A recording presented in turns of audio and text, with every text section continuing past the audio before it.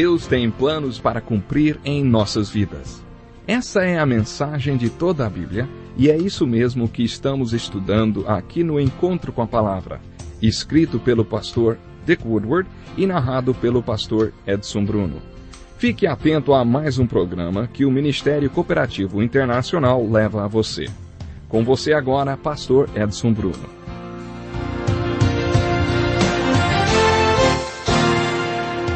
Olá, seja muito bem-vindo a mais um Encontro com a Palavra. Estamos de volta a esse estudo maravilhoso da carta de Paulo aos Romanos.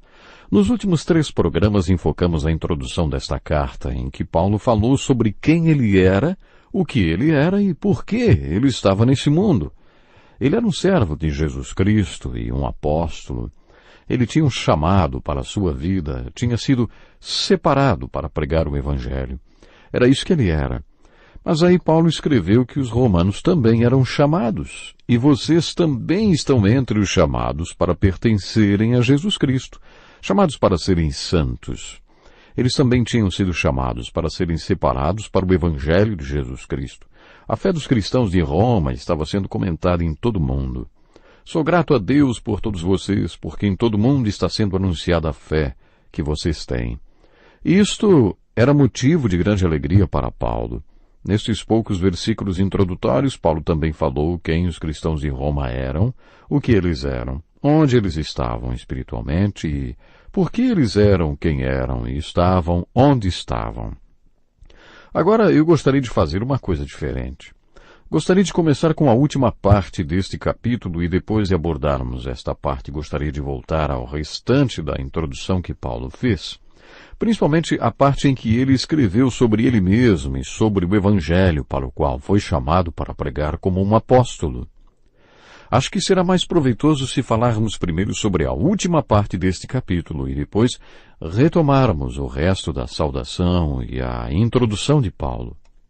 Observe que no versículo 18, Paulo inicia um trecho das Escrituras que na verdade não é o mais agradável de se estudar. Para ser sincero com você, esse não é o capítulo da Bíblia que eu mais gosto. Ele pode não ser o meu capítulo preferido, mas, sem dúvida alguma, é um trecho muito profundo e uma passagem bíblica muito prática e realista. Paulo começou dizendo, portanto, a ira de Deus é revelada dos céus contra toda impiedade e injustiça dos homens que suprimem a verdade pela injustiça. Paulo revelou que há 2 coisas contra as quais a ira de Deus se manifestou. Uma é a impiedade dos homens e a outra é a injustiça dos homens. Com discernimento apurado, teólogos afirmam que os 10 mandamentos foram entregues em 2 tábuas. Uma continha 4 mandamentos que se referiam ao nosso relacionamento com Deus. A outra tábua continha 6 mandamentos relacionados ao nosso relacionamento com o próximo. Muitos teólogos afirmam que quando Paulo escreveu sobre impiedade, ele se referiu à violação dos 4 primeiros mandamentos. Esses 4 primeiros mandamentos nos mostram como agir de maneira piedosa e temente a Deus. Eles tratam do nosso relacionamento com Deus. Quando você viola um destes 4 mandamentos, torna-se ímpio.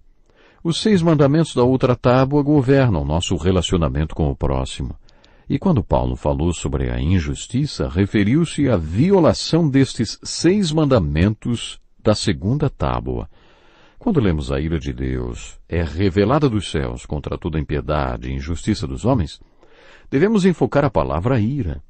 O que é a ira de Deus? Muita gente acha que esta palavra está fora de moda, que não se usa mais, que fala de algo primitivo e que nem sequer existe mais. Você já ouviu algum sermão na igreja sobre a ira de Deus? Qual foi a última vez que você ouviu uma pregação sobre a ira de Deus? A ira de Deus é diferente da raiva do ser humano.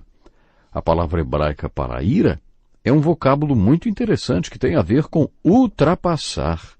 Quer dizer, o caráter, a essência do caráter da natureza de Deus é o amor, mas Deus não é apenas amor. O seu caráter compreende vários atributos. Não é apenas uma coisa, mas uma mistura de várias características. Um dos atributos de Deus é a santidade, ou a justiça. A própria pessoa de Deus é a definição do que é certo e do que é justo. Como Deus é justo, não convive com a impiedade nem com a injustiça. Deus é um juiz perfeito, absolutamente justo. A justiça faz parte do seu caráter. Se você espera que um juiz tenha este atributo em seu caráter, o que você pode esperar de Deus quando Ele tem de lidar com a injustiça e a impiedade de todo mundo? Paulo escreveu: a ira de Deus é revelada dos céus contra toda a impiedade e injustiça dos homens. Será que isso quer dizer que Deus fica lá de cima assistindo toda esta impiedade e injustiça e acaba ficando muito bravo e perde a cabeça? Não, claro que não. Não foi isso que Paulo quis dizer, mas sim que Deus é consistente com o seu caráter, com a sua justiça e santidade, e que a ira de Deus é esperada porque a impiedade e a injustiça do homem alcançou um determinado limite. Aí Deus, no seu caráter, ultrapassa a característica do amor e vai para a ira. A ira de Deus, portanto, pode ser definida como uma reação exterminadora do amor perfeito de Deus contra o que está ameaçando o objeto do seu amor. Esta é uma das definições da ira de Deus. A ira de Deus é uma reação exterminadora de um Deus santo, amoroso, contra alguma coisa que está ameaçando aqueles a quem Ele ama. Deus possui uma ira futura. Haverá um julgamento. Vai ter de haver. Existe pecado no mundo. Existe pecado na minha vida e na sua vida. Você está avisado. A ira de Deus é contra você quando você vive este estilo de vida. É simples e consistente com a essência e a natureza do caráter de Deus. Esta passagem de Romanos, dos versículos 18 a 32 do capítulo 1, é um texto muito duro. Muita gente acha este texto difícil de engolir. Paulo mencionou neste capítulo 25 pecados dos quais a raça humana é acusada, e a acusação procede. Ele falou sobre coisas que realmente acontecem. Antes de continuarmos o comentário deste capítulo, quero fazer algumas observações. Há 2 capítulos do Velho Testamento que nos ajudam a compreender melhor o capítulo 1 da carta de Paulo aos Romanos. O primeiro deles é Gênesis 3, que descreve a queda da raça humana, da família humana. De acordo com Gênesis 3, Deus criou o homem à sua própria imagem e semelhança, mas com a capacidade de fazer escolhas, e o homem fez as escolhas erradas, e isto gerou a queda da família humana. Quando estudamos o livro de Gênesis, fiz o seguinte comentário: Deus não deixou todo o relato de Gênesis porque achava que nos devia uma explicação. Deus deixou os capítulos 1 e 3 do livro de Gênesis para nós porque queria que entendêssemos como é o nosso pecado. A única maneira de entendermos como é o pecado hoje é entendendo como o pecado era desde o início. Desta forma podemos aprender que temos o mesmo potencial para fazermos a mesma coisa porque somos pecadores.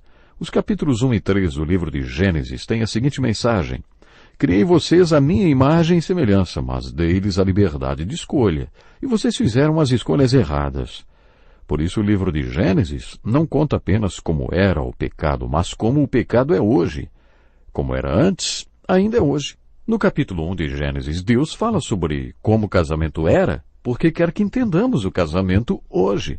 Jesus demonstrou o que estou falando quando foi questionado em Mateus 19 sobre o casamento. Jesus se referiu ao texto de Gênesis porque o casamento deve ser hoje como era antes. Por isso devemos voltar ao início de tudo, ao propósito de Deus ao criar o casamento. De acordo com Jesus, é assim que o texto de Gênesis deve ser abordado. O capítulo 6 de Gênesis é outro capítulo que ajuda na compreensão do capítulo 1 de Romanos. Em Gênesis 6, lemos sobre o julgamento de Deus através do dilúvio. É neste capítulo que lemos sobre a Arca de Noé. Descobrimos algumas verdades importantes neste capítulo. Preste atenção neste versículo do capítulo 6 de Gênesis, de acordo com a tradução revista e atualizada. Diz assim: O meu espírito não agirá para sempre no homem, pois este é carnal. O que significa isto? Bem, de acordo com as Escrituras, é o que constatamos tantas vezes. Existe uma natureza carnal ou animalesca no homem. Se não fosse pela parte espiritual do homem, ele não passaria de um animal mais sofisticado. Acho que foi isso que Jesus disse a Nicodemos: olha, ninguém pode entrar no reino de Deus se não nascer da água e do Espírito. O que nasce da carne é carne, mas o que nasce do Espírito é Espírito. O nascimento físico faz de você mais do que apenas um animal mais sofisticado. E para ser espiritual, você precisa passar por um nascimento espiritual, do mesmo jeito que passou pelo nascimento físico para nascer como uma criatura física. Acho que é sobre isto que o capítulo 6 de Gênesis fala. Existe uma revelação de Deus neste capítulo. O homem é animal e possui o potencial para ser exatamente isto. Na verdade, se pensarmos bem, o homem é pior do que qualquer animal. Quantos animais você já ouviu mataram e queimaram outros 6 milhões de animais só porque não gostavam da cara deles? Nenhum animal faria isto. Os animais matam por comida, para sobreviver. E não do jeito que Adolf Hitler fez com os judeus. Os animais não fazem as coisas que o homem faz. Olha, sinceramente, há seres humanos que são piores do que qualquer animal no seu potencial para fazer o mal. Às vezes não gostamos de ler sobre este fato, mas ele é revelado na Bíblia. Pode não ser tão agradável de ler como um conto de fadas, mas é assim que a coisa é. Em Gênesis 6, Deus estava lidando com o potencial do homem de ser animal e contou o que faria. Ele disse que não lidaria com o homem e com esta sua tendência de agir como animal. É isso que lemos em Gênesis 6. Diz assim, viu o Senhor que a maldade do homem se havia multiplicado na terra e que era continuamente mau todo o desígnio do seu coração. Então se arrependeu o Senhor de ter feito o homem na terra, e isso lhe pesou o coração. Disse o Senhor, farei desaparecer da face da terra o homem que criei, o homem e o animal, os répteis e as aves dos céus, porque me arrependo de os haver feito. Porém Noé achou graça diante do Senhor. Esta é a história do primeiro julgamento de Deus. Mas o que queremos acentuar com este episódio é o que é o homem? Qual é a natureza do homem? A natureza do homem é basicamente boa? Será que basta uma fagulha e o homem exala a bondade? Será que com um pouquinho de estímulo o homem mostra como é bondoso? Não é isso que as Escrituras ensinam. E também não acho que você acredita nisto. Vemos a toda hora ao nosso redor que o homem não é basicamente bom, e sim, basicamente pecador. É o que a Bíblia afirma em 2 Tessalonicenses capítulo 2. Deus vai dar um fim ao mal. É interessante estudar a segunda vinda de Cristo. A segunda vinda é composta de vários eventos e não apenas de um acontecimento isolado. E esta atuação de Deus sobre o mal é apenas um dos capítulos do contexto da segunda vinda. Deus afirma que essa tendência do homem de ser carnal como um animal vai acabar. Você sabe o que vai acontecer depois? A grande tribulação. Tão grande que os seus dias terão de ser reduzidos pela intervenção divina.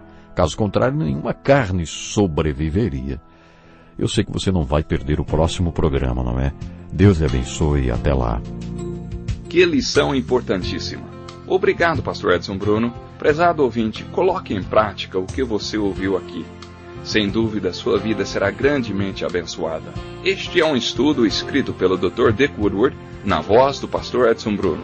Escreva-nos e solicite o material. Nosso endereço é Encontro com a Palavra, Caixa Postal 2011, CEP 89201-970, Joinville, Santa Catarina. Até o nosso próximo Encontro com a Palavra.